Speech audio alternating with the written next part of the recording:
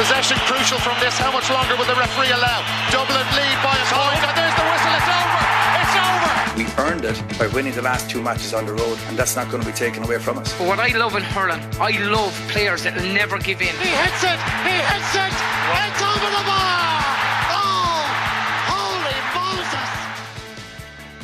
Hello, welcome to the RTÉ GAA Podcast. It's going to be a very short one this morning. We've got absolutely nothing to talk about after the weekend. Joined to watch two flies crawl up a wall with me. Thankfully, I have Rory O'Neill as always and Colm O'Rourke. How are you doing, lads? Very good, Mikey. Morning, Mikey. As I predicted, Galway won handy. There was three clear goals in it. 3 clear goals. They won by 3 goals. I did say extra time. You did. I think everybody except me thought it would be close. And you know what? Up until about the 60th minute, I was feeling very smug. I said, I told you Galway were going to cruise here. But their goalkeeper had other ideas, unfortunately. Anyway, we will obviously get on to talking about all the other matches. Probably quite briefly, though, because in comparison, they all pale in comparison to Galway-Armagh, really. Saturday night was interesting because Derry were so impressive against the Clare team, who seemed a little shell-shocked. Dublin Cork went the way we thought, even if Dublin weren't as impressive as we might have hoped, or they might have hoped. And then Kerry and Mayo was interesting for about 40 minutes until Kerry kind of woke from their slumber. So kind of interesting in, light of the upcoming gargantuan semi-final between Kerry and Dublin that neither of them exactly looked like they were in top gear, so we can discuss that. But let's start unfortunately what everybody is talking about today, Colm, and what all the newspapers are focusing on is not the 90 minutes plus of incredible attacking football and drama. It's what happened. 100 minutes plus, Mikey. 78 minutes in normal time and 24 minutes of extra time and penalties, by the way. So it was mad. So there was 100 minutes of playing time and penalties, and it only took about 3.5 hours to play off. If they're going to keep the penalties, which we'll get onto, they're going to have to figure out how to administer the whole thing a bit quicker, because that was ridiculous last night. But let's start, unfortunately, with the melee column, if we want to call it that. Schmozzle, talking point. People have different words for it, but really it was a bit of a brawl column, and it's really taken away from what was a fantastic game of football. Well, people are trying to use nice words, but for me it was just pure tuggery at the end of it, and I think it should be called out as such. And it is sad, as you mentioned, at the end of a brilliant game, and that wonderful point by Rian O'Neill to bring it to extra time. But what we saw there, not just the eye gouging, but everything else that went on. And I don't think that people should be saying, win in different entrances. Like soccer teams, rugby teams walk in beside each other at half time. Why did they not beat the living daylights out of each other? But the common denominator, unfortunately, in this has been Armagh this year. This is the third incident they've been involved in. They were involved in a very big incident a few years ago at under 20 level when 10 players of theirs were suspended. But the responsibility for players and discipline falls back on a county board. And if a county board continually appeals the decisions by a central body, then they're basically saying to their players that you can do what you like and we will back you and we will try and get you off. And we had the incident with Tyrone earlier in the year where 5 players were sent off for contributing to a melee. And then when Armagh had the problem with Donegal, they appealed and got their players off. So the rule of law did not apply. The referees were undermined. You had the Central Hearings Committee undermining the decision of another GAA body. So it has brought about a shambolic situation. If those suspensions had to stick earlier in the year, I'm quite sure we'd have a much better level of discipline. And I feel sorry for the referees in these particular cases that it's now brought to this level that if they make a decision and send it in, then it's very likely to be overturned, as we have seen in the hurling as well. So this whole thing, I wonder, will the Armagh County Board, if an incident arises in a club match, will they say to everybody, well, lads, you can do the same as the county players, and it doesn't matter what happens, we'll let you off. Yeah. Rory, we should say it does take two to tango, and Galway, you know, the flashpoint needed two sides to get involved, and Galway did have a little bit, as Colin Boyle mentioned yesterday on the live show, there was a little bit of an incident, probably in the same tunnel in Croke Park in the Connacht final last year involved with Mayo. So we shouldn't say that Galway are without blame here, but the incident that is drawing the most, obviously, most of the attention is the eye gouge on Damien Comer, which is caught on camera as plain as day. You've got every camera angle possible on it. So the perpetrator there is caught bang to rights, basically, and we'll let the GAA's kind of, hopefully, let the GAA's disciplinary, you know, kind of system do its work. But he should be looking at a very, very significant ban, and rightly so, because as Colm says, if people see people escaping sanction for these things, then they become not acceptable in the main, but people who are going to do it will say, well, you know, I'll probably get away with that because the last guy got away with it. So this is one where the CHC, the CCC, and whoever else you're having are really going to have to be singing off the same hymn sheet, because like there's not, like, this is being discussed on Clare, Byrne and Morning Ireland. This isn't being kept in the fun department.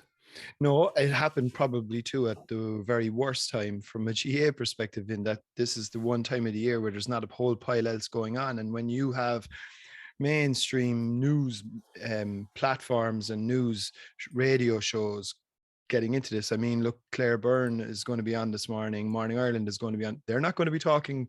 Let's be honest. They're not going to be talking about where to now for Cork football. You know, like they're going to be wondering. This is the only thing that they're going to be discussing, and it's a dreadful shame. I think Pat Spillane summed it up really well yesterday.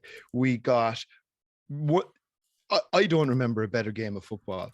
I don't. I mean, maybe Dublin Kerry 2013 semi-final is probably the only one that I remember. It was just a glorious game, and it was ruined really by, you know, what happened. I mean, I've heard Brian Gavin, you know, he's out in the Examiner saying that they should be going on opposite sides. You don't have that option in every stadium. Like, you can't. So, okay, you can do it in Croke Park, but not every match is played in Croke Park. If you go to Limerick, the Gaelic grounds, the two teams are on opposite ends. Yeah, that's not in every ground. Páirc Uí Chaoimh, there's actually, think about this now. They actually put a design into Páirc Uí Chaoimh where there's two tunnels, one for each team, on the basis of lads not being able to behave themselves and control themselves going down the tunnel together. I think another big issue, and I think this may be even a short-term solution, is you're creating a flashpoint by allowing teams to disappear off the field at the end of normal time. At the end of normal time in a big championship match, if the game finishes level, the blood is up. I think, you know what? You can't control yourselves going off the field, so you're not going off the field.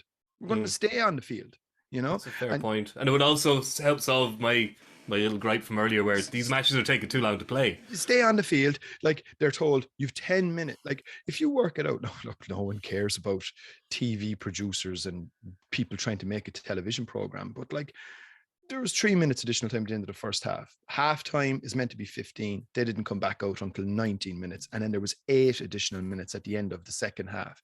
Then they disappear off down for 10 minutes. You then had a situation with Kerry Mayo. We're told, okay, your throw-in was 4 o'clock. Now it's 4:30. Now we think it's going to be 5:15. Actually, lads, no, it's gone to Penalties. It's now 5 o'clock. So the whole thing was very unsatisfactory from start to finish. And that's not to get away from, obviously, the incident itself. It's a dreadful situation for Armagh. They really do need to look at the fact that this now is starting to follow them around a small bit. Is there a culture within Armagh football that allows for this? I don't know. I'm not that au fait with the inner workings of it. I think just for me, the whole thing was just a real pity, an awful shame. And I just thought it ruined the whole day. And the shambles of the timekeeping as well. I couldn't understand. The referee and his officials stood around on the pitch and allowed the teams to stay in the dressing room for about 20 minutes after. Why did some of them not go in and get them out? To then put off Sean Kelly and Aidan Nugent. Now, Sean Kelly, to me, was the peacemaker in the whole thing. I don't know what he did. And so was Nugent, as far as I could see. Yeah, Nugent didn't do anything either. He seems to have been badly wronged. And I thought his sportsmanship in shaking hands with Aidan Nugent after we were both sent off said something about the man. I thought it was incredible. But I was sitting in the Hogan stand yesterday, and James Morgan was marking Shane Walsh. And James Morgan set out to disrupt Shane Walsh. That's fine. He was the leading player, and Shane Walsh probably dealt badly with it and hadn't a great game. James Morgan was yellow carded in the second half. In front of me, he wrestled Shane Walsh to the ground. They wrestled for at least a minute.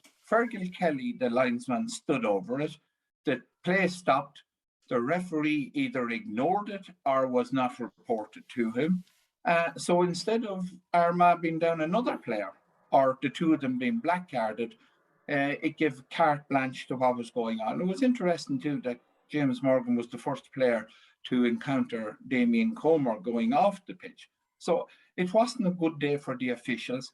They allowed so much extra time, half time, end of the game, extra time, penalties. To me, the whole thing was a shambles. And I can imagine that the Mayo and Kerry players and officials inside must have been really annoyed by what was no wonder it was such a flat game, certainly in the first half. I think, Colm, I think both those teams had utterly complete mitigating circumstances for the way that game kind of came up, because it just, it just felt the whole thing just the fizz came out of it because anyway, sorry. Yeah, well, it was a little bit after the Lord's Mayor show. Colm, I know we're not looking for mitigating circumstances here at all. I think we've made that clear, and the separate tunnels and stuff is a bit of a red herring. And Rory's looking for a quick fix. Another quick fix, well, I'm not sure how quick it will be, but it should be quick, is the issue of how many people are on benches. The eye gouger, as we're going to call him, is a member of the extended panel, but he's injured and not fit to play. Shouldn't he be in the stand sitting beside you in the Hogan? Why is he one of the small village population that's allowed to be on the sideline at a championship match? Shouldn't be there. It should be subs. The backroom team members who are necessary to make sure that the game can go ahead, and that's it, surely. Yeah, that's absolutely true, Mikey. But again, we're looking for mitigating circumstances. I'm looking for fixes. I think that's different. Yeah, individual responsibility must take precedence over everything here. And the only thing I'd say about it was a brilliant match, but Galway, to me, were much the better team. Much the better side. Team won.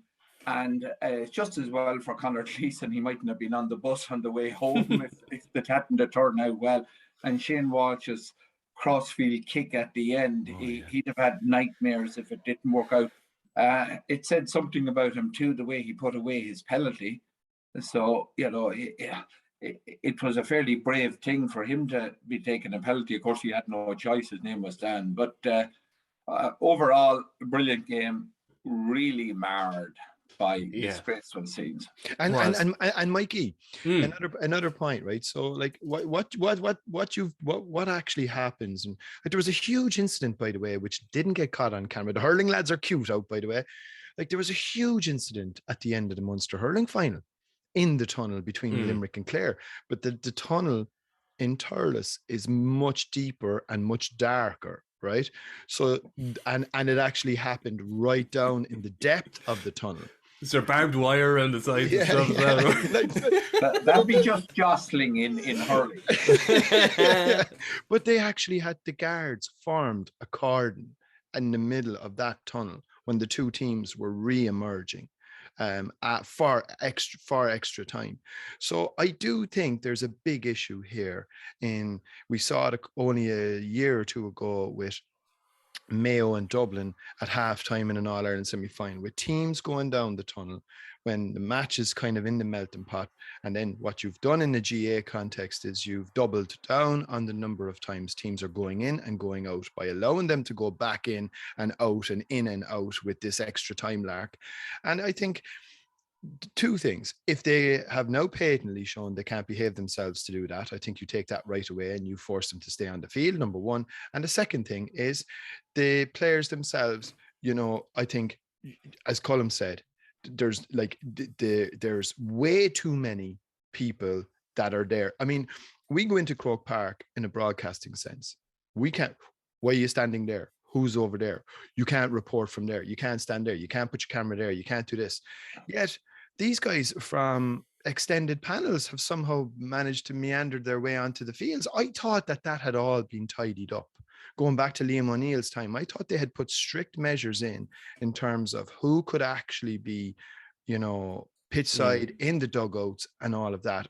Obviously, there's been a little bit of a loosening up on that front, and maybe they're going to have to tighten up on it again. But look, I think this is a problem. I mean, just the two lads that got sent off, it kind of felt like 1996 all over again, Colm, in terms of let's do a lucky dip here and pick two guys, and instead of Kieran Nugent and or Aidan Nugent and Sean Kelly, we had Liam McHale and Colm Coyle, you know. So well, the referee and his officials had about 20 minutes. They could have gone in and looked at a television screen inside quietly, and they'd have known exactly everything that happened by the time the players came out on the field. And then the joke situation where two players were sent off, but both teams have 50. That's another thing. Players.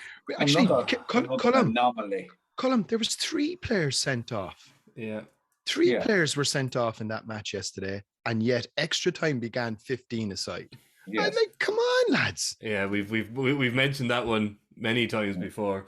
Okay. And the only thing I said would say the fantastic performance of Killian McDade, who really shone when Galway needed him most, and Paul Conroy and Sean Kelly and a lot of players, and of course Rian O'Neill. I was a bit sorry for Greg McCabe. I thought he was slightly unfortunate to be sent off, but it was a timing issue rather than any intent, wasn't it? He was a bit late with it. But let's talk about the match, obviously, because it's the one we're talking about. The other 3 don't require as much time. You mentioned it there, Colm. Shane Walsh, the end of normal time, you know, Galway a point up. He's heading down the left wing, and Ethan Rafferty, not for the first time in the game, is running backwards as fast as his legs will go. I'm Shane Walsh. Now, I'm me. I make for the corner and try and take as long as possible to be dispossessed or fouled. If I'm Shane Walsh, I'm thinking, I can score a goal from here. I probably shouldn't. I probably should do what Mikey's doing and run into the corner. But I can score a goal from here because there's no one in the goal and I'm Shane Walsh. And I could do this. The last thing I'm going to do, though, is try and play a very low percentage, risky cross-field ball to a guy who isn't Shane Walsh and isn't going to do anything as good with the ball as what he was going to do. It was a really odd decision for such a good footballer. Yeah, in fairness to him, the ball landed sort of between an Armagh and a Galway player. But the ball that Shane Walsh, it was obvious when you were looking, I was fairly close to him. There was a Galway player absolutely unmarked, another 30 metres farther away on the far side, but he miscued the ball. But it was a very risky sort of thing to do. And I'm sure most players should be keeping an eye on the clock and should have known what was going on. All he had to do was waste another 20 seconds or 30 seconds soloing over back, and even if the ball was kicked wide, the likelihood the final whistle was going to go on the kick out. So he got off the hook and the goalie got off the hook, and I'm sure they went to Killian McDade and Paul Conroy and a few others after the match, Rob Finnerty. Like, for me, most of the best players individually were on the Galway team yesterday.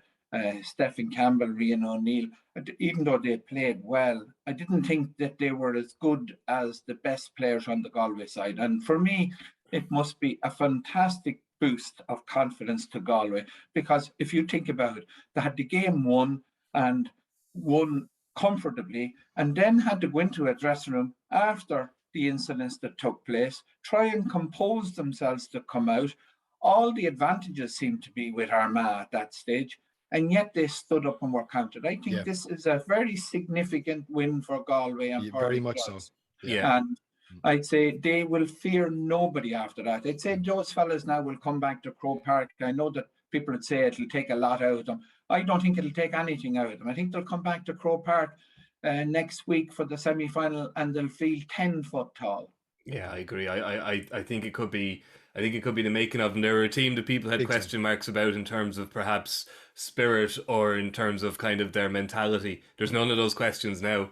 They do have questions around their goalkeeper, Rory. We can't get away from that. Conor Gleeson, I felt for him as a Gaelic football goalkeeper of no renown. I felt for him. The first one was an impossible situation. That was a perfect ball under the crossbar. Our man drags 2 Galway players in on top of him. He had nowhere to go. He didn't have the space to tap it over the bar. There's no way he could have caught it.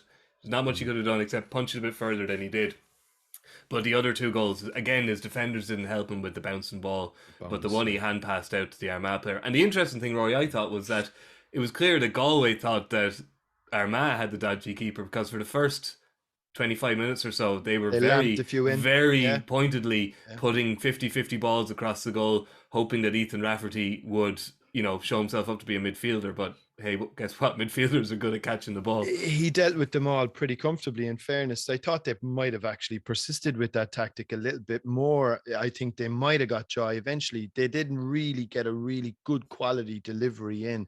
I mean, there was one that Comer kind of had to stretch for, and a couple of other times that it went in, I think it ended up being Rob Finnerty as opposed to Comer. And look, we know how good Comer is in the air with those meat cleavers that he has. So he did punch one wide, but it was a good 4 or 5 feet wide from a tough angle. Yeah, but I did. You would feel a little bit sorry for the guy. They've had a problem.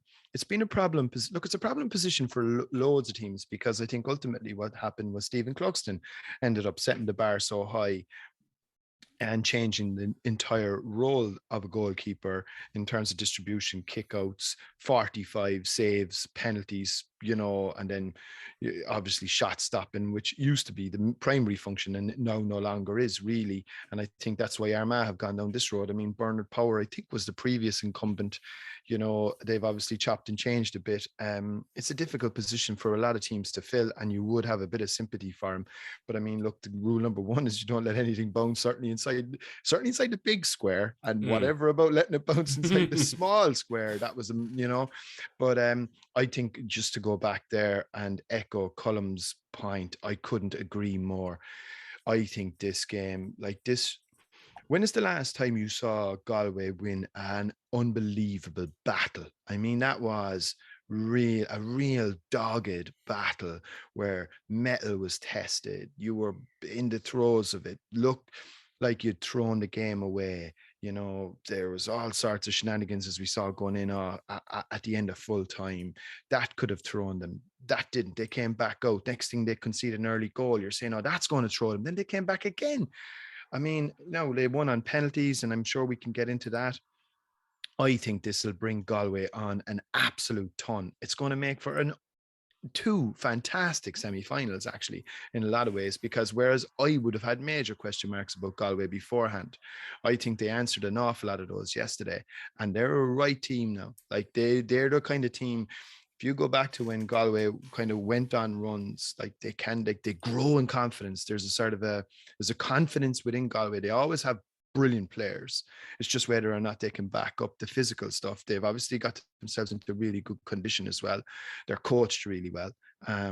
Galway are the real deal, and it's going. And Galway had got used to losing in Croke Park. Yeah. They were losers when it came to Croke Park on a continuous basis over the last 20 years. So I would agree with you, Rory. I had serious question marks over that, even after the Roscommon game, because they conceded 2-16 in that game, and I was thinking, God, this defense is not going to stand up to Armagh's attack. But as you said, they just kept coming back for more and more. It's very un-Galway-like, though. Very un-Galway-like.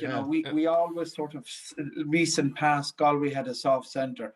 And I'd say Porry Joyce slept soundly last night. Big time. We've a team of steel now. Yeah. And nothing beats a win for a team like that. When you go into the dressing room after the match with a group of players and you win a tight match like that, it's incredible the difference that it will do for morale. Yeah. Of course, will the records show that officially they drew the match because, it finished level after extra time? That's my way of segueing into penalties. At last count, Rory put up a poll on the Sunday Game Twitter account last night. About 5,000 people voted, and about 71% are opposed to penalties. for the record, I'm among the 29% or the 30% who are actually quite in favour of them. Colm O'Rourke, where did you stand on penalties before yesterday, and was your opinion changed on them by any means because of the status of the game? I had stated very clearly I wasn't that a big a fan of penalties, and you better not to change horses in midstream because you could get your feet wet. But I still think, particularly after yesterday, I would love to replay. But I don't know whether people were saying the same thing after Clare and Limerick, and it brought probably a run-of-the-mill game to an exciting conclusion, or Sligo and Leitrim in the Tailteann Cup.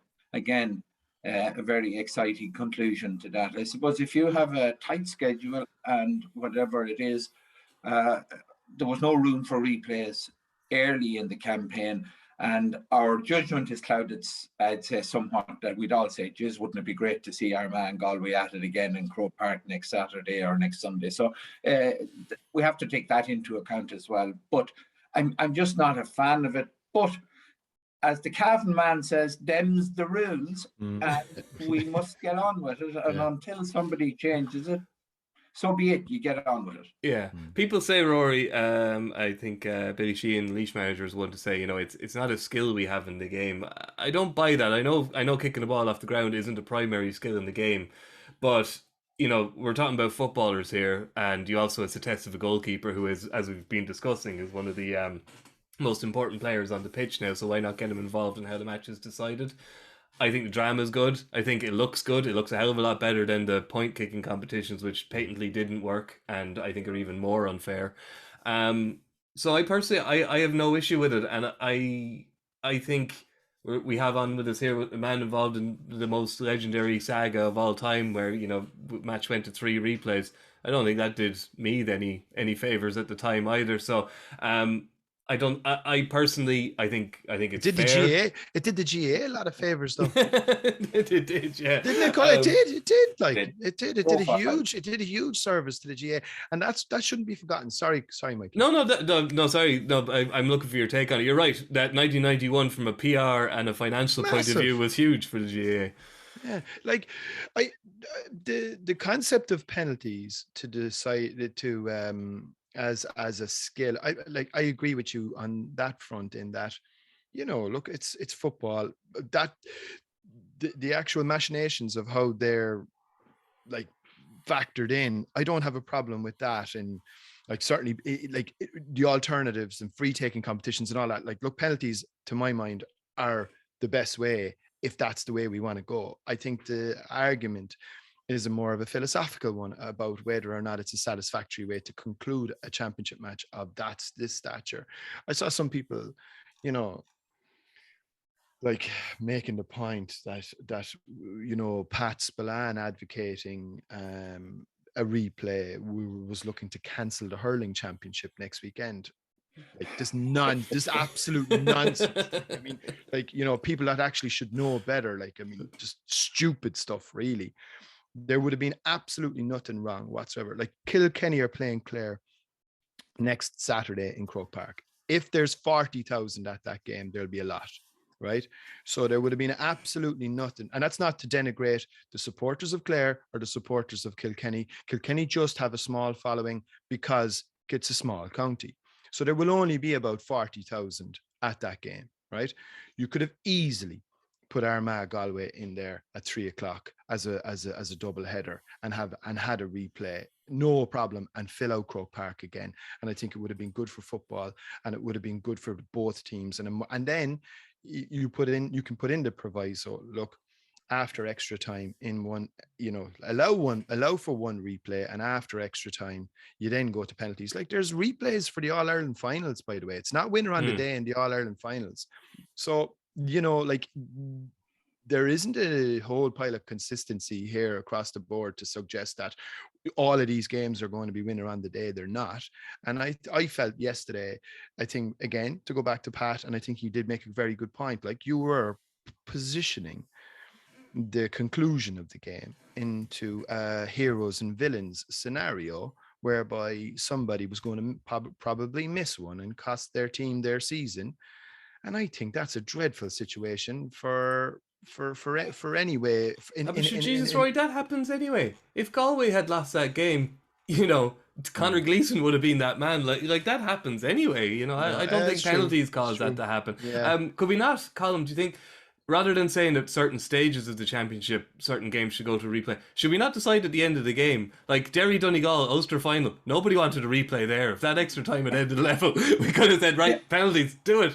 Whereas yesterday we're like, we want more of this. Actually, Mikey, just on that, isn't there precedent there? Isn't there a famous case in an Antrim club county final whereby the two teams, I think it was Naomh Darragh, I can't remember exactly now who the two teams were, but I think the county chair went out and stopped the penalties or stopped the penalties and said, right, that's it. We're having a replay next week, right? Okay, that's it.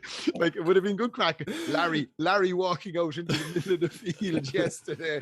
We want more of this. We want more of this. But you have to take into account too, the rules are made at the start of the competition. You can't change them.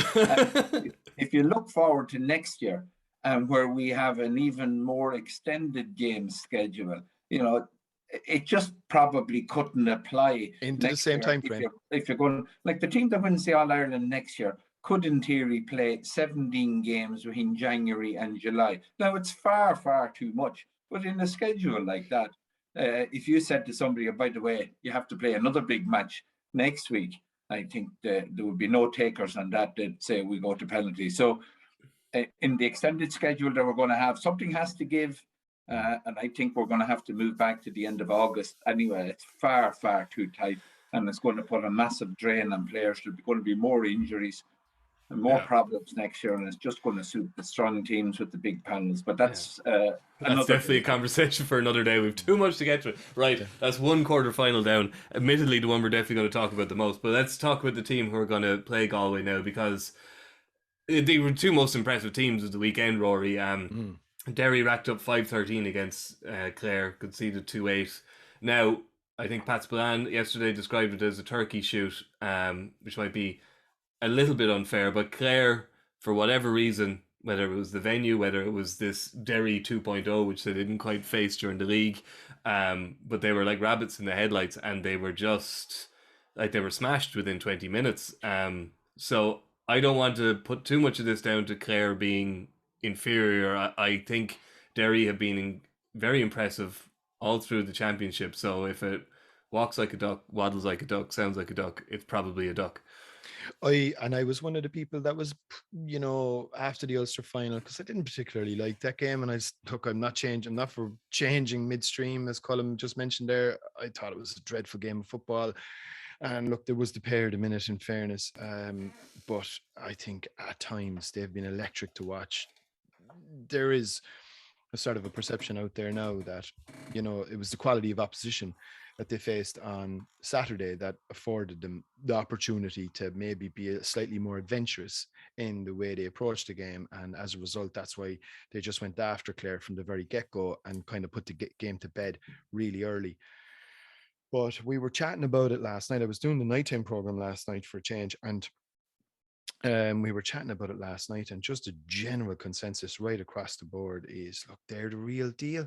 Like, they have extremely good players pretty much in every line, right up the middle. Yeah, they're in unbelievable physical condition, and a really good example to so many other counties. I mean, Colm, were Derry in Division 4, was it 2 or 3 years ago only? 3 years ago, yeah. 3 years ago, and they're one game away now from an All-Ireland final. Now, obviously, look, there's plenty of quality, and that was probably a false position for them to be in the first place, but it'll just give you an indication in terms of organisation. They obviously have they fell quickly to 4, but they'd been wallowing for a few, like they'd been treading water for quite a few years before they kind of dropped. They weren't fulfilling their potential for, you'd have to say, a decade at least. And look, you'd have to give Rory Gallagher huge credit. You know, I mean, he lost like one of their best players just before the championship began in Kieran McFall. Imagine how he feels now. You know, right throughout the team, like Conor Glass on Saturday, what a player he is. I was was very interesting, actually. They took him off with about 10 minutes to go. What an ovation he got as he was coming off the field, and rightly so. He was just, I know they gave Shane McGuigan man of the match, but what a display. And like right throughout it, they've got pace, they've got power. Like if you're going up against them, right? So let's say Derry are playing Galway, right, in this semi-final. Shane Walsh is not going to score because Chrissy McCaig is like, just snuff him out. That's it. So we pick the best player on the opposition. Who's their best player? Shane Walsh, grand. Chrissy McCaig, that's Shane Walsh gone. I mean, like literally, you know, like that. And imagine having that type of options. You've got Rogers, McKinless, you know, Shane McGuigan. Like they're a very, very good side. I think it's going to make for a brilliant semi-final.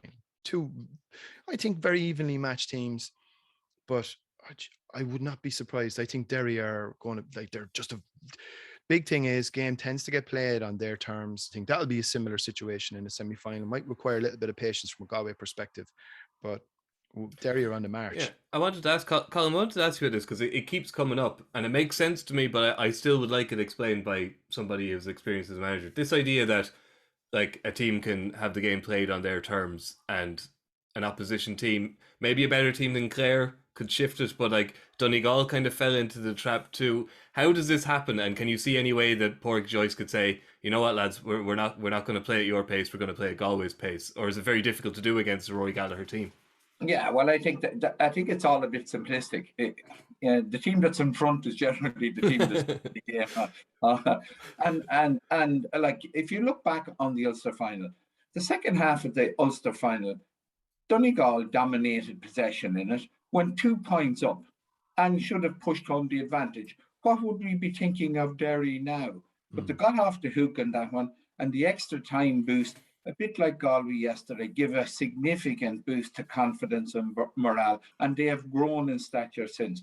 Now, the win over Clare, like in fairness, I suppose Clare would have been looked as the weakest of the 8 that was left.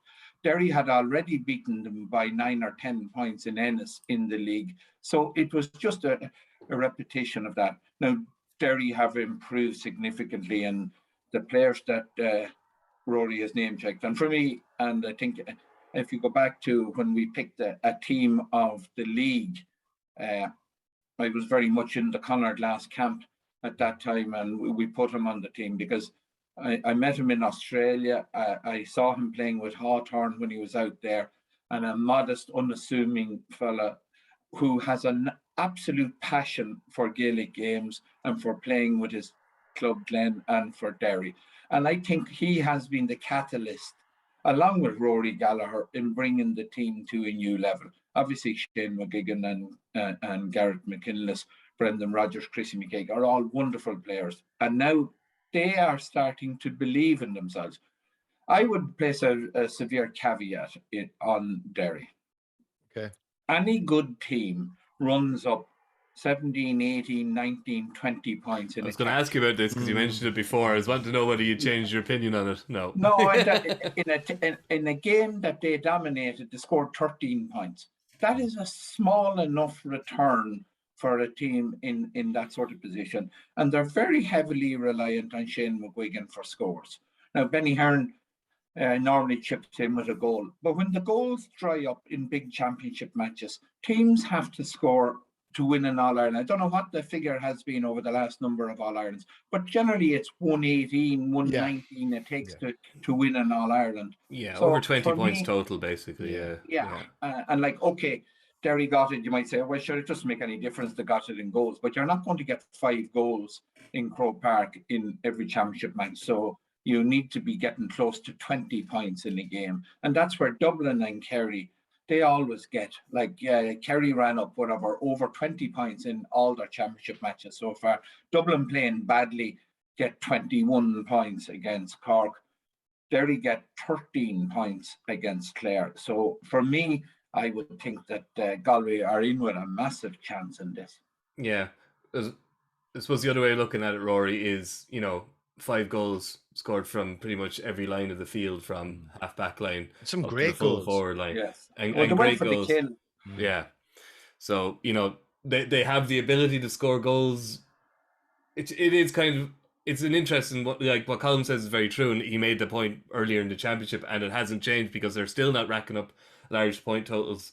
But it's interesting, Roy, because they are a team, as we've discussed here, that place such value on each possession. So maybe is this how it like comes out in their game plan? They're like, well, wherever possible with each, like if we can raise a green flag with a possession, then that's valuing it as highly as possible. And maybe they think we're holding on to the ball for so long, we're so desperate not to lose it that actually a point isn't reward enough for us anymore. They go for the jugular when they have the opportunity, and I think Colm is spot on. They look. Like there is a caveat there. There's a consistency in terms of their tally right across the league, 10, 11, 12 points, and they are heavily reliant on goals. They will eventually one day those goals will dry up. Might not against Galway, by the way, if they lamp a few into top of the square, right? But I don't think you can rely on that, and the over reliance on Shane McGuigan is a big thing. But look, they're defensively very sound. It could be a very low scoring game. You'd hope not. They don't concede an awful lot of frees. I think Clare only scored 4, so they're very disciplined at the back. They've got a very good goalkeeper, which is probably a big plus. And I was kind of, I wasn't sure about him either, but I think he'd one ropey kick out. But other than that, I thought he was top class now again on Saturday. And that's a big, like the battle between your number ones is actually quite significant. If you have a better goalkeeper, I think that does give you a really good platform. In terms don't agree with you there, Rory. I think he's still a dodgy keeper. Do you think so? Yeah. Like look at the second goal that Clare got, his positioning and that, and even the first goal it came out. Yeah, he sort of was poor enough in that. And again, he's the modern keeper. He makes up for it by outfield forays and good kick-outs. But you'd like a goalie to stop the odd one too. I think training for Conor Gleeson over the next fortnight isn't going to be particularly pleasant. I think they'll be borrowing a cannon from somewhere and just pointing it at the sky and launching ball after ball at him. But Mikey, that's not Derry's style either. Yeah, that's true. They don't kick in big high balls like Armagh did. They will work the ball through the lines. They're fairly consistent in the way that they score goals. It's generally not route one. It's a very consistent approach. And the other thing about them is they don't make many mistakes in possession. They don't give the ball away very often, because we often sort of tag that sort of thing in statistics about how many scores came from possession given away. It's always very few from Derry. Yeah, absolutely. Okay, Colm, sure, while we have you, I know it's a few weeks away. Who do you see prevailing in that semi-final? Oh, I'm going to go for Galway, big time. Yeah, I did predict them to win the All-Ireland, so I won't be changing horses midstream either. I'm getting smugger by the day. Rory, how do you see it going? I wouldn't have a clue. Just would not have an absolute clue. I wouldn't be surprised. I think it'll be tight again. And again, I wouldn't be surprised if we ended up in extra time. It wouldn't surprise me in the least. I don't know. I just get a sense. I mean, they're both of them now are coming with very different types of momentum. I think Derry will have huge support. I think support is important. Galway are obviously going to be up in big numbers the week before because their hurlers are in action this Sunday. So you would imagine they'll have the larger share of that. And I think there's a really good wave of momentum in behind Derry football across the board. If the game ends up, as we mentioned earlier, getting played on their terms, but again, I was so impressed with Galway yesterday to dig that one out. It's very, very hard. I just don't know. Sorry. That's all right. You got a couple of weeks to think about it. Okay. This may seem strange, but we won't spend too long on Kerry and Dublin, who are meeting in the semi-finals. Let's start with the game that's more recent. Kerry and Mayo. I think Conor Neville in his report. God, Pat's getting a lot of mentions here today, but he remembered what Pat said back in 2001 after the I think it was Kerry and Dublin played, and then they went to Roscommon and somebody in another qualifier or a quarter final. And he says, "I feel like I've come off the Big Dipper and gone onto the lazy river," which was kind of how this felt yesterday, Colm.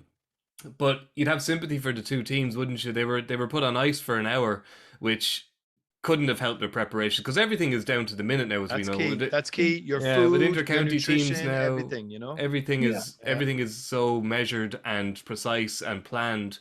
So the game did seem a little low key for the first 30 minutes. It's not an excuse, but it could be an explanation. Yeah, I saw a van with 30 Big Macs heading for the Kerry dressing room at 4 o'clock. I think it was to give them a bit of substance what was coming. But even something like that, an extra hour means that your food intake is disrupted too, and you do need something to eat. But to me, it was a poor game, poor quality. It looked always as if nearly everybody in the ground and on the field seemed to sense that Kerry were going to win. But Kerry were very unimpressive for me. I thought they were very sloppy, particularly in the first half, and for the first 10 or 15 minutes of the second half. And Mayo were poor. Like, their shooting was dreadful. The Mayo team has just gone back a huge amount from the sort of teams that we saw back 5 or 6 years ago. So I suppose in another sense, it was just a game for Kerry to get out of the way. They sort of knew all along, how long ago could we all just say, okay, wind forward to the 10th of July and Dublin and Kerry are going to be meeting in the semi-final. Whatever happens in between just doesn't make much difference. Yeah, and it's a shame, Rory, isn't it, that, Mayo team who have contributed so much over the last decade, and this is basically it's a new team now, bar a couple of key members, and it's going to have to be a new team now because the older guys, like they've run out of road. I think a lot of them. I'm not trying to retire anyone here, but like given the seasons they've had over the last 10-12 years, they've been epic. It's very hard to get, like, Colm Boyle was in the RTÉ studio yesterday rather than out on the pitch, and he's not that old by inter-county standards, but like, you couldn't blame any of these guys. And it also just seems to me that the style of play, the hard running from the half back line, have they been found out, do you think? And it was even kind of a half interested or semi awake Kerry were kind of well able to bat it away and force them to shoot from 35 yards plus, which is exactly what you want. Yeah, I think I got a sense yesterday. I felt that if people were saying if there was a better team, I just think if there was one or two, if you had Tommy Conroy and Ryan O'Donoghue maybe playing yesterday, I think Mayo might have won that match. I think Kerry I'd agree with Colm. There was a real edginess and nervousness in Kerry's play. Now, look, there's a couple of reasons for that. They had no test in Munster, which we all accept. It was a month since they'd played their match, their previous game. They were then coming into this All-Ireland quarterfinal, pretty heavy favourites, and then we obviously had the disruption to the throw-in and the match being delayed. Clifford under a cloud, whether he's fit and whether he's not, and that he certainly looked like he certainly went over on his ankle, or there was standing an issue on the ball. Yeah. There was an issue early on. Then you throw in the baggage that this Kerry team have from the last couple of years in terms of blowing an All-Ireland semi-final last year, an All-Ireland a Munster semi-final the year before, and an All-Ireland final drawn game the year before that. And there's a real un-Kerry-like edginess in their play for me that didn't really settle down until Mayo kind of handed them the initiative, in my view, by just kicking wide after wide. And I think if Mayo had even one half decent forward that was on his game, I think that could have been a very, very risky game for Kerry yesterday, because Mayo were able to match them in pretty much everywhere, in every department, except where it mattered most. And three of those points, Colm, came from Tom O'Sullivan, who put in quite a remarkable performance from nominally cornerback. We are like, this isn't the Kerry of old. This is like, Kerry are evolving here, and it's just they're under a lot of pressure, Mikey. They have to evolve. And I think you can see that's starting to seep into their play a little. Now, look, you'd expect them to be better, Colm, I would imagine. And look, they are going to raise their game in a big way, you would assume, coming up to take on the Dubs. But did you get a sense at all that it just looked to me that there was a real nervousness in their play? Yeah, well, they were very rusty. And the only thing about Mayo are a superb tackling team. And it's the one thing that everybody could learn. They dislodged a lot of ball from Kerry. They tied up Kerry players very easy. But I would say that it must be worrying for Kerry that so many of their big players were so poor. Okay, Thomas Sullivan came up and kicked 3 points, but Thomas Sullivan last year against Tyrone wasn't very good as a defender, which you expect a cornerback to be for a couple of the Tyrone goals. So, it's one thing coming up and scoring points, but personally, when I'm in charge of a team and you have backs, I like them to be defenders, do their defensive job first. And all over the pitch, like players like Diarmuid O'Connor, Stephen O'Brien, was a lot of the Kerry players very flat. Paddy Clifford was a bit off colour. Yeah, and like you take David Clifford's goal out of it, and probably true what you say, Mayo would have been right in it, and Kerry would have been getting even more nervous. Yeah. So Rory, are we all a bit harsh on Mayo? I read Malachy Kirk did a nice piece, kind of chatting to a couple of prominent Mayo fans and journalists, and talking about how, like, they've kind of fallen out of love with the team, or like they just haven't got space for the emotional kind of roller coaster that it is anymore. Are we maybe being a bit harsh, or me? I'm the one who's being harsh on Mayo here, and say, is it just a case of, as you said, they had an injury disrupted season? That's James Horan's line, and at the end of the day, they still made it to All-Ireland quarter-final, and they were, in the end, relatively comfortably beaten by the All-Ireland favourites. It's not a disgrace by any means. No, not at all. And I like, I love Mayo football. I think Gaelic football needs Mayo football. I think they bring a razzmatazz. They have massive support. There's always drama with Mayo. I think they have been not yesterday. Yesterday the drama was but generally, like, but generally, I mean, like, I don't really see them going anywhere. The one thing I would be fearful of, the soundings from James Horan post match did sound to me like maybe he's thinking, I've kind of done my time. I've given what I could. It sounded a small bit like a farewell.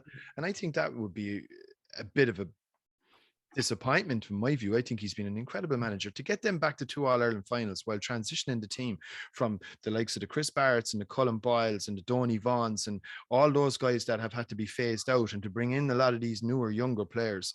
And they'll probably have to recycle some more going into the winter months. There's obviously a few lads there as well at the moment that might have, more football behind them than ahead of them at this stage. So I think he has done it. Managerial change always goes smoothly in Mayo. It's Holmes and Kennelly's turn again, yeah? Well, you see, this is the thing. Like, I mean, like, if James Horan, like he has done, like, if you go back to when I was growing up around Mayo football was a bit of a joke when I was growing up. But, like, I always remember, even from a Cork perspective, if you managed to get out of Munster and you drew Mayo, you were saying to yourself, happy days, we'll beat Mayo, because, they're just useless.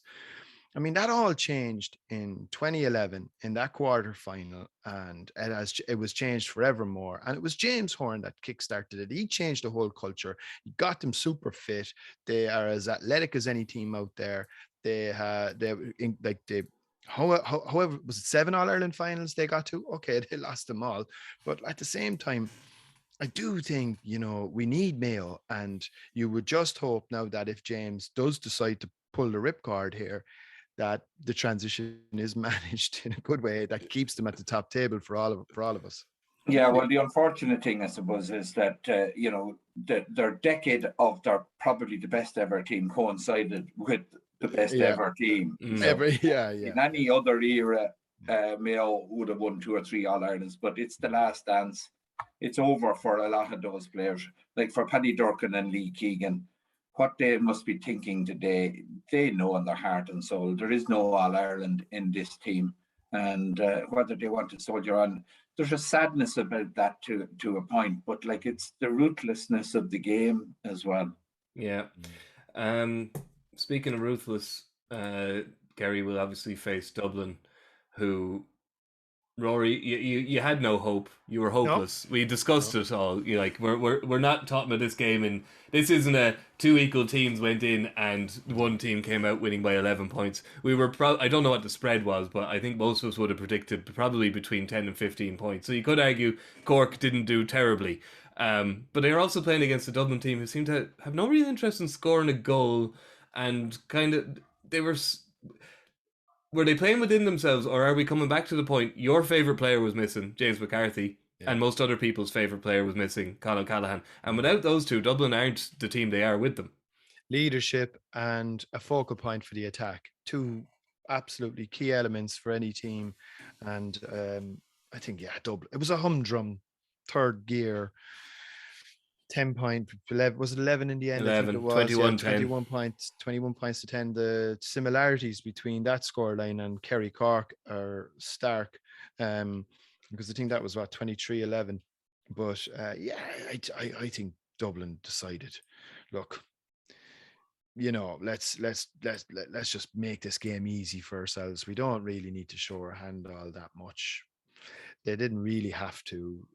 First half, Cork kind of made some fist of a game of it, but they're just not at that same level, and the result was pretty inevitable from a long way out. Unfortunately, I don't think it was helped, by the way, on two fronts. I think there was, again, I do believe it was an opportunity missed. The game they could have again been slightly imaginative, and I know there's issues around premiums and all that, but it would have been better crack if they had sent the game down to Cork and Páirc Uí Chaoimh.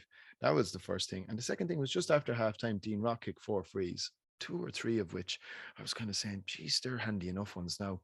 And you're kind of saying, like, if the underdog is to have any hope here whatsoever, the very least the referee can do is give you a break on that front, But no, I mean, look, I think that life boy you're grasping at, Rory's made of cream crackers, to be honest. Yeah.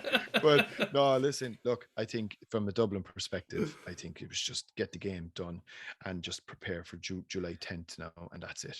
Yeah, Colm, who do you think is happier going into that match at the moment? Because Kerry had pretty much a full hand. Okay, David Clifford maybe wasn't as fit or was about as fit as Jack O'Connor led on. And Dublin might think, well, if we get McCarthy and O'Callaghan back, we're a different team. But 9 of their points came from frees yesterday. Dean Rock was faultless from frees, as he has been all championship, which is phenomenal. But for 9 of their scores, 100%, he's 100% on frees. It's incredible. Is it a reliance on Dean Rock, or is that just Cork desperation and there was just a hell of a lot of fouls? Well, Dean Rock has been kicking them for the last 10 years, and he's probably the greatest free taker in the history of the game. So it's really nothing new. He's going to deliver frees in every game, as he did against Mayo and he did against every other team. But I think you can ignore all performances up to now. This is going to be a hell of a game. Both sides now will be going at it hammer and tongs from the start, and I can't wait for it. Obviously, Dublin without McCarthy and O'Callaghan are there for the taking, because we saw during the league when they were without a number of their first-ranked players, they weren't up to really a high standard. So Kerry have the advantage if those 2 players are missing, but I'm always a great believer in the proven performers. And like when you have Brian Fenton and Brian Howard and Kieran Kilkenny and Dean Rock, they have done it over and over and over again. Kerry players have failed now for 3 or 4 years. They have heavy baggage to overcome in terms of that. And obviously they have the likes of David Moran to give a bit of leadership. But if you don't have David Moran excelling and David Clifford scoring, the advantages do lie for me with Dublin. Yeah, it's true, Rory, and you do look for that Dublin team as kind of, it's been a little bit decimated, the squad over the last year or two, but and we have mentioned the bench before. It's not quite what it was yesterday. It was Lorcan O'Dell, Keane Murphy, Aaron Byrne, and interestingly Owen O'Connell and Davy Byrne coming in. But you look at Lee Gannon, he's a newbie. He's scoring 2 points from cornerback and looking fantastic. Johnny Cooper didn't look out of place, playing in the half back line in the absence of James McCarthy. Brian Fenton has a partner, Tom Lahiff, who nobody can fault. Niall Scully, Brian Howard, Kieran Kilkenny, as good a half-forward line as you're going to get in Gaelic football. And then obviously throw Conor Callaghan into that half-forward line with Cormac Costello, or full forward line with Dean Rock and Cormac Costello. It's hard to fault the starting Dublin 15, really, if all fit and accounted for. Yeah, but I would still make Kerry favourites if Conor Callaghan and James McCarthy don't make it back for the semi-final. But if they do make it back, Kerry, who you didn't think would be beaten all year, you think will be beaten by Dublin? No, I don't. I think Kerry, I think they're under pressure. I think they really need to deliver. All this talk about their 6 or 7 minor titles in a row. All these players now are in their mid-20s. Some even older. The very first of those minor titles was 2014. That's all of 8 years ago. Kerry haven't beaten Dublin in the championship since the start of the Earwigs. You know, that's 2009. 13 years. This is going to be their 7th attempt since then. Like these are stark figures for Kerry football. So I would expect Kerry to be coming into this like eating nails for breakfast in advance of it. And if they're not, and if they're beaten again, as Eamon said last week, we've got a long summer and winter of discontent because the natives will certainly get restless, because this is ultimately what Jack O'Connor was brought back for. Yeah, and Colm, well, it's what Kerry people expect every year. And it seems since 2014, we kind of go through this kind of, there's a pattern. League, impressive, but everyone says it's just a league. Favourites for the All-Ireland, win Munster, the Cantor, bar a couple of, a notable exception. And then the questions start, and for some reason Kerry have more trouble dealing with the 4-week break than Dublin or Derry or Galway, and there's all these doubts. So despite Kerry being overwhelming favourites with most people this year, we seem to have come back now to the kind of the level of doubt we've had probably for the last 6 or 8 years. Yeah, but there was a lot of doubt. Obviously, we all looked at, and I think on one Sunday game, Rory, we put up a possible starting Dublin team back 3 or 4 months ago when everybody was fit and well, and it was jammed full of All-Ireland winners and outstanding players all experience. Over. We didn't have, obviously, the bench that they might have, but a starting 15 was better than anybody else. Kerry are under desperate pressure, as you said, Rory, to deliver this All-Ireland. If they do, they will then probably take over and dominate for a few years, because they have a player profile just probably about right, mid-20s, and they could dominate for a while. But I will reserve judgment on them, and I certainly won't canonise them until they have gone and done it, because I still think that when it comes down to it, I always go for the old dog for the hard road. Okay.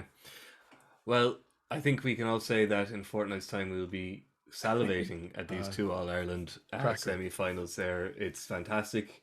I think what maybe a month ago people were saying might have been scoffing, Asher, the All-Ireland semi-final is going to be the final. Colm, I'm not sure if people will be quite so certain about that now, that the winner of Kerry and Dublin are surefire to beat the winner of Derry and Galway. No, absolutely not. And of course, at the beginning of the year, you probably would have thrown in Galway along with Dublin and Kerry. The real outlier now has been Derry, and it has added a bit of freshness to the whole championship, I think. And what Derry have done is they've come in enormous numbers. They have created a whole new wave of supporters. GAA is thriving in Derry City, and the Derry team have given it a significant boost. And then Croke Park now, at the moment, when they come, it's a huge amount of young people who are supporting the Derry team. And traditionally, Derry had small support. There were quite a limited number. They had no Derry City support. They were stuffed into South Derry there, into the bad land. That's where a lot of the Derry clubs came from, and the strong Derry clubs, wonderful clubs, great GAA people. But it's a much, much bigger organisation now, and the future of Derry football is very, very bright. Yeah, and I think the future of football in general, I think barring 5 minutes of madness, which we've discussed as much as we're going to discuss, you'd have to say that there was a lot to be kind of cheerful about, and there's a lot of nice football being played. Anyway, We will. And the long ball is back. That's great. Exactly. Put your laces through. The ball travels faster than you'll ever run. Get the bear in the square is back. Goalkeepers are terrified again. Right. Thank you very much, Colm and Rory. Myself and Rory will be back on Thursday to preview the All-Ireland hurling semi-finals, where there will be no skullduggery, only manliness. Good luck with that minor game. All right. Thank you very much. We'll chat to you Thursday. How much longer will the referee allow? Dublin lead by a point, and there's the whistle. It's over. It's over. We earned it by winning the last 2 matches on the road, and that's not going to be taken away from us. What I love in hurling, I love players that will never give in. He hits it. He hits it.